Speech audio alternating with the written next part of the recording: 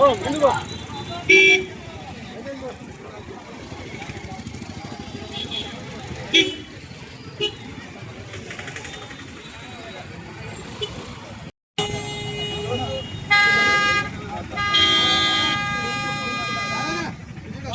నిమిషం అయిపోతుంది.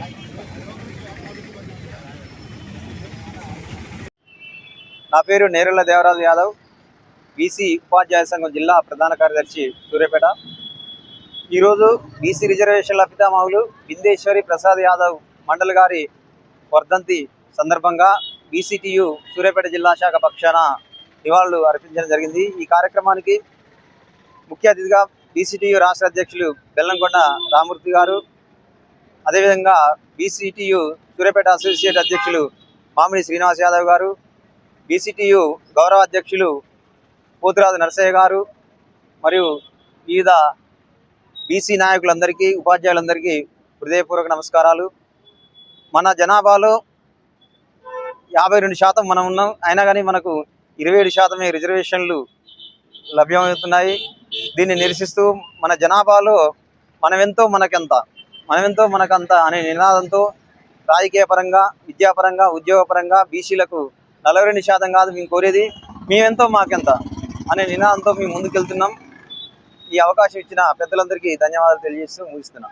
సూర్యాపేట జిల్లా అధ్యక్షుడిని మన బీసీ రిజర్వేషన్ మొట్టమొదటగా అమలు పరచాలని ఒక శాస్త్ర సాంకేతికంగా అధ్యయనం చేసినటువంటి మొదటి వ్యక్తి యొక్క బిందేశ్వర్ ప్రసాద్ మండల్ గారు. ఈయన వల్లనే మనకు యొక్క విపి సింగ్ ప్రభుత్వంలో మనకు 27% రిజర్వేషన్ వచ్చింది. ఇంతకుముందు అసలు రిజర్వేషన్ అనేది ఉండేది కాదు. అప్పటి నుంచి ఇప్పటి వరకు అదే 27% కొనసాగుతుంది. మొత్తం మొన్న తెలంగాణ మనకు సర్వే చేస్తే అందులో 56.33% మన బీసీ జనాభా ఉంటే మనకిచ్చే రిజర్వేషన్ 27% లోపే ఉంది.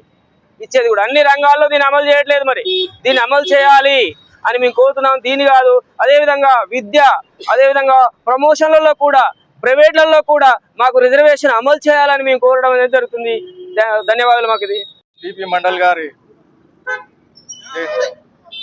సందర్భంగా ఏర్పాటు చేసినటువంటి ఈ కార్యక్రమానికి అధ్యక్షత వహించినటువంటి జిల్లా అధ్యక్షులు, జిల్లా ప్రధాన కార్యదర్శి, మరి ఈ కార్యక్రమానికి ముఖ్య అతిథిగా విచ్చేసినటువంటి మన బెల్లంకొండ రామూర్తి గారు రాష్ట్ర అధ్యక్షులు, మరి ఈ బీసీలకు జరుగుతున్నటువంటి అన్యాయాన్ని మరి బీసీ ఉపాధ్యాయ సంఘంగా మరి అనేక సమస్యల మీద పోరాటం చేయడం కోసం ఈనాడు సూర్యాపేట జిల్లా శాఖ ఏర్పాటు చేయడం జరిగింది.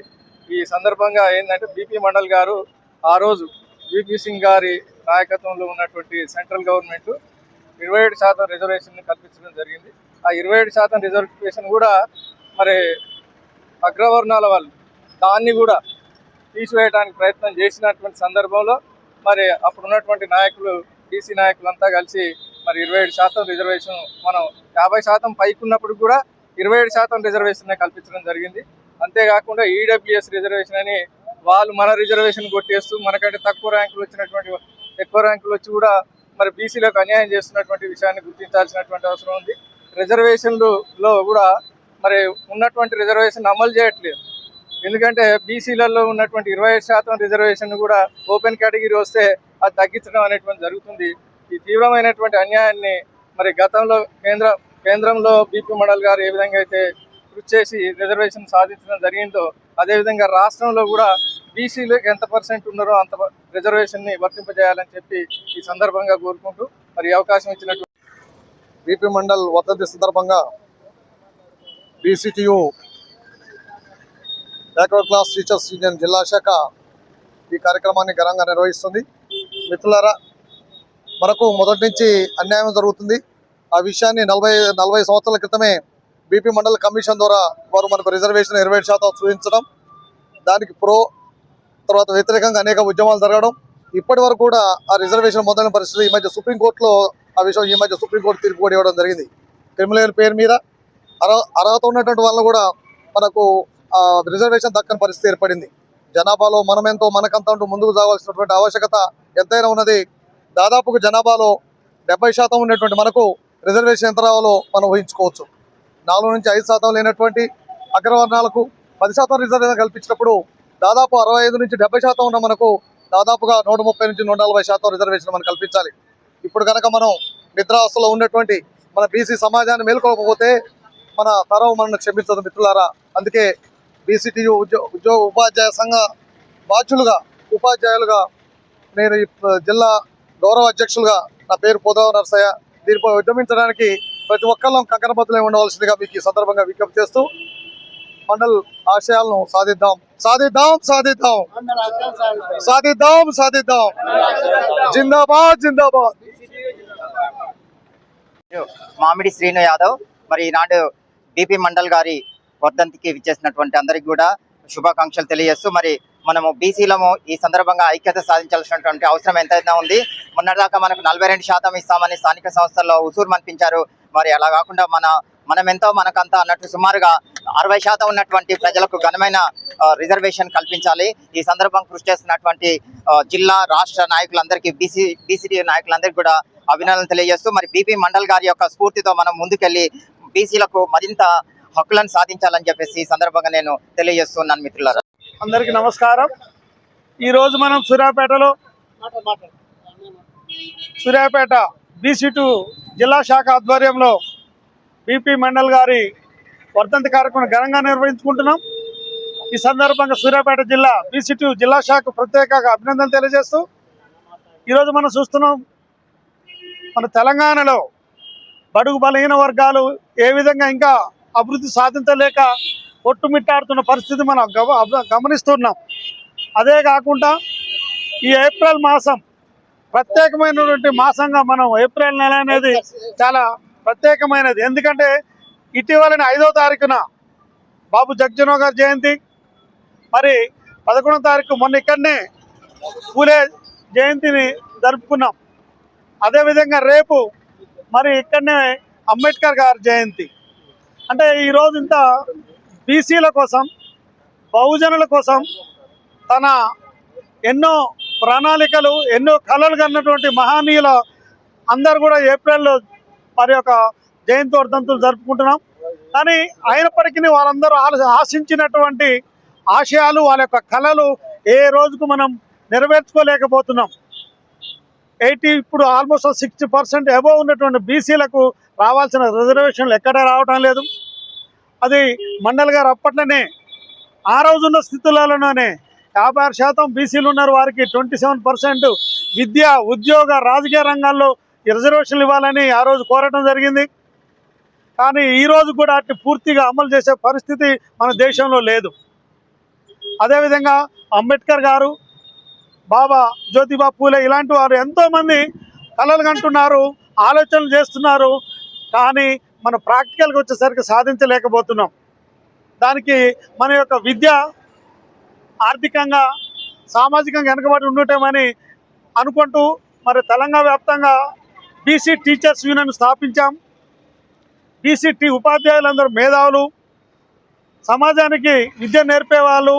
దానిలో భాగంగానే బీసీలందరినీ ఏకం చేసి వాళ్ళు రిజర్వేషన్ ఇస్తారా ఇవ్వరా తర్వాత సంగతి మనం మేల్కొని అందరు ఐక్యత ఏర్పరచుకొని విద్య ఉద్యోగ అన్ని రంగాల్లో మనం 60% శాతాన్ని మనమే సాధించాలనే లక్ష్యంతో తెలంగాణ వ్యాప్తంగా బీసీ ఉపాధ్యాయుల సంఘం బీసీ టీచర్స్ యూనియన్ ఈరోజు మొత్తం కూడా రాష్ట్ర వ్యాప్తంగా కార్యాచరణ పూనుకుంటుంది. ఒకరు మనకి ఇచ్చేది కాదు, మనం మేల్కోవాలి. ప్రతి బీసీ అందరూ కూడా ఐక్యంగా ఉండాలి. విద్య ఉద్యోగ వ్యాపారం అన్ని రంగాలలో రాజకీయ రంగాల్లో కూడా ముందుండి 60% వాటాని మనం తగ్గించుకోవాలనే లక్ష్యంతో బీసీ టీచర్స్ యూనియన్ రాష్ట్ర వ్యాప్తంగా పనిచేస్తుంది. ఎందుకంటే ఈరోజు చూసినట్టయితే మనం ఈ మహనీయులు ఎంతోమంది వారి యొక్క ఆలోచనలు కళల్ని రూపొందించి సమాజంలోకి చెప్తున్నారు. కానీ అమలు చేసే విషయంలో మన వాళ్ళు ఉండటం లేదు. ఆ విధంగా మనకు చాలా చాలా అన్యాయం జరుగుతుంది. ఉదాహరణ చూసినట్టయితే తెలంగాణ రాష్ట్రంలో మెడికల్ కౌన్సిలింగ్లో కానీ ఇంజనీరింగ్ కౌన్సిలింగ్లో కానీ అనుకున్నటువంటి రిజర్వేషన్లు చెప్పే రిజర్వేషన్లు వేరు, కేటాయించే రిజర్వేషన్లు వేరు. ఆ విధంగా బీసీలకు చాలా అన్యాయం జరుగుతుంది. కనీసం ఎలా జరుగుతున్నది, ఎందుకు ఈ విధంగా అన్యాయం జరుగుతుందని అడిగితే ఆన్సర్ చెప్పే పరిస్థితి ఈరోజు రాష్ట్రంలో లేదు. దానికి అనుగుణంగానే తెలంగాణ బీసీ ఉపాధ్యాయులు అందరం కూడా ఏకమై ఇలా అన్యాయాలను ఎదుర్కొంటూ ఎప్పటికప్పుడు ప్రశ్నించుకుంటూ అందరూ కూడా ఏకమై మన యొక్క సమాజంలో మనకు రావాల్సిన వాటా మనం ఎంత ఉన్నా మనకు ఆ విధంగా మన శాతం మనం తీసుకోవాలనే ఉద్దేశంతో బీసీ టీచర్స్ యూనియన్ రాష్ట్ర వ్యాప్తంగా చేస్తున్నాం. ఈరోజు ఇక్కడ మరి ఇలాంటి మహానుభావులు బీపీ మండల్ గారు ఆ రోజుల్లోనే దేశవ్యాప్తంగా చంచలను సృష్టిస్తూ రిజర్వేషన్ల మీద ఎన్నో ఉద్యమాలు చేసి సాధించి ఆ రోజు బీసీ రిజర్వేషన్ సాధించడం అయింది. వారికి ఈరోజు నిజంగా ఘన నివాళి అర్పిస్తున్నాము. మరి వారి యొక్క ఈ సందర్భంగా వారికి ఘనమైనటువంటి శుభాకాంక్షలు తెలియజేస్తున్నాము. Thank you.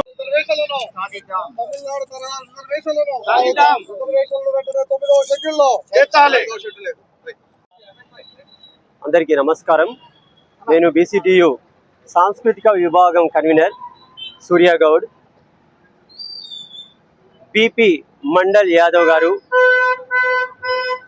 ఈ యొక్క సొసైటీలో వెనుకబడిన జాతి పడుతున్నటువంటి కష్టాల్ని గమనించి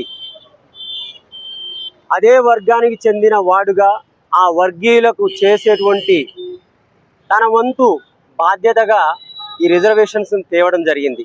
మరి అణగారిన వర్గాల్లో పుట్టినటువంటి అంబేద్కర్ అణగారిన వర్గాల యొక్క కష్టాలని అనుభవించి వారిని అప్లిఫ్ట్ చేయడానికి రిజర్వేషన్స్ తేవడం జరిగింది. మరి రిజర్వేషన్స్కు పునాది అక్కడ పడి మరి ఇక్కడ బీసీలకు కూడా వీరి పుణ్యాన ఎంతోమంది ఒక మంచి పొజిషన్లో ఉండడం జరిగింది. కానీ ప్రతిరోజు అప్పటితో పోలిస్తే ఇప్పుడు జనాభా ఎలా పెరిగింది, దాని తగ్గట్టు ఇప్పుడు ప్రజెంట్ కనుక చూసినట్లయితే అవకాశాలు అందరికీ అందట్లేదు. కాబట్టి ఈ రిజర్వేషన్ల శాతాన్ని పెంచాల్సిన ఆవశ్యకత ఎంతైనా ఉంది. ఈ సందర్భంగా వీరిని స్మరించుకుంటూ ఒక 4 లైన్లు ఒక మంచి పాట అండి. అందనాలు బీపీ మండల్ యాదవ్, అందుకో వందనాలు బీపీ మండల్ యాదవ్, బహుజన వీరుడా బహుబలశాలుడా, బహుజన వీరుడా బహుబలశాలుడా. ఇందులో బీసీ అంటే ఒక రకం కాదండి, కమ్మరి కుమ్మరి సాకలి మంగలిని ఏకం చేసి ఇలా ఎంతో మందికి రిజర్వేషన్ కల్పించి విద్య ఉద్యోగ రాజకీయ ఎన్నో రకంగా రిజర్వేషన్ కల్పించి ఒక మంచి పొజిషన్ కల్పించినటువంటి ఈ ఆరాధ్య దైవానికి ఈ సందర్భంగా కృతజ్ఞతలు తెలియజేసుకుంటూ జై బీపీ మండల్ యాదవ్ గారికి జోహార్లు. మన జిల్లా కేంద్రంలో బీపీ మండల్ బీసీ ఉద్యోగ పితామహుడైన బీపీ మండల్ గారి వర్ధంతి సందర్భంగా మన నూతనంగా ఏర్పాటు చేసిన మన బీసీటీయు రాష్ట్ర కమిటీ అధ్యక్షుల ఆధ్వర్యంలో మన జిల్లా కమిటీ ఏర్పాటయ్యి ఎన్నో సంవత్సరాలుగా ఎన్నో పోరాటాలు చేసిన ఈ అవకాశం రాలేదు. మనం అతని యొక్క సేవలను గుర్తించే రోజు మనకు ఆసనమైంది. మన ఈ బీసీలు అందరం ఏకమయ్యి మనమెంతో మనమంతా అనే విధానంతో పాటు మనం పోరాడితే ఎన్నో అక్కడ పోరాడేవారు 27% సంపాదించారు. ఇప్పుడు మనం పోరాడితే మనకు 60% రాష్ట్రంలో ఏమి తప్ప మనకేమో ఎలాంటి సందేహం లేదు. అదేవిధంగా మహిళా బిల్లు ఇప్పుడు మహిళా బిల్లు కూడా 33% అంటారు. కానీ దాంట్లో బీసీ మహిళలకు కూడా సపరేటు కోటా రావాలని ఉండాలని మా యొక్క డిమాండు. అదేవిధంగా ఈ 10% ఈబీసీ ఆ 10% ఈబీసీ వల్ల బీసీలు ఎక్కువగా నష్టపోతున్నారు. కాబట్టి ఇది అశాస్త్రీయంగా ఉంది. కాబట్టి దీన్ని శాస్త్రీయబద్ధంగా మనం చేసి బీసీలకు కావాల్సిన 60% రిజర్వేషన్ రావాలని డిమాండ్ చేస్తూ ఈ కార్యక్రమానికి వచ్చేసిన అందరికీ ధన్యవాదాలు చేస్తున్నాను. బీసీ రిజర్వేషన్ ప్రదాత స్వర్గీయ మండల్ గారికి జయంతి సందర్భంగా బీసీ ప్రజానికానికి అందరికీ మండల్ జయంతి సందర్భంగా శుభాకాంక్షలు తెలియజేస్తూ ఈరోజు బీసీ ప్రజానికం బీసీ విద్యార్థి లోకం ఎదుర్కొంటున్న ప్రధాన సమస్య ఈడబ్ల్యూఎస్ సమస్య. ఈడబ్ల్యూఎస్ వల్ల ఎక్కువగా నష్టపోయేది బీసీ ఎస్సీ ఎస్టీ విద్యార్థులే. ఈరోజు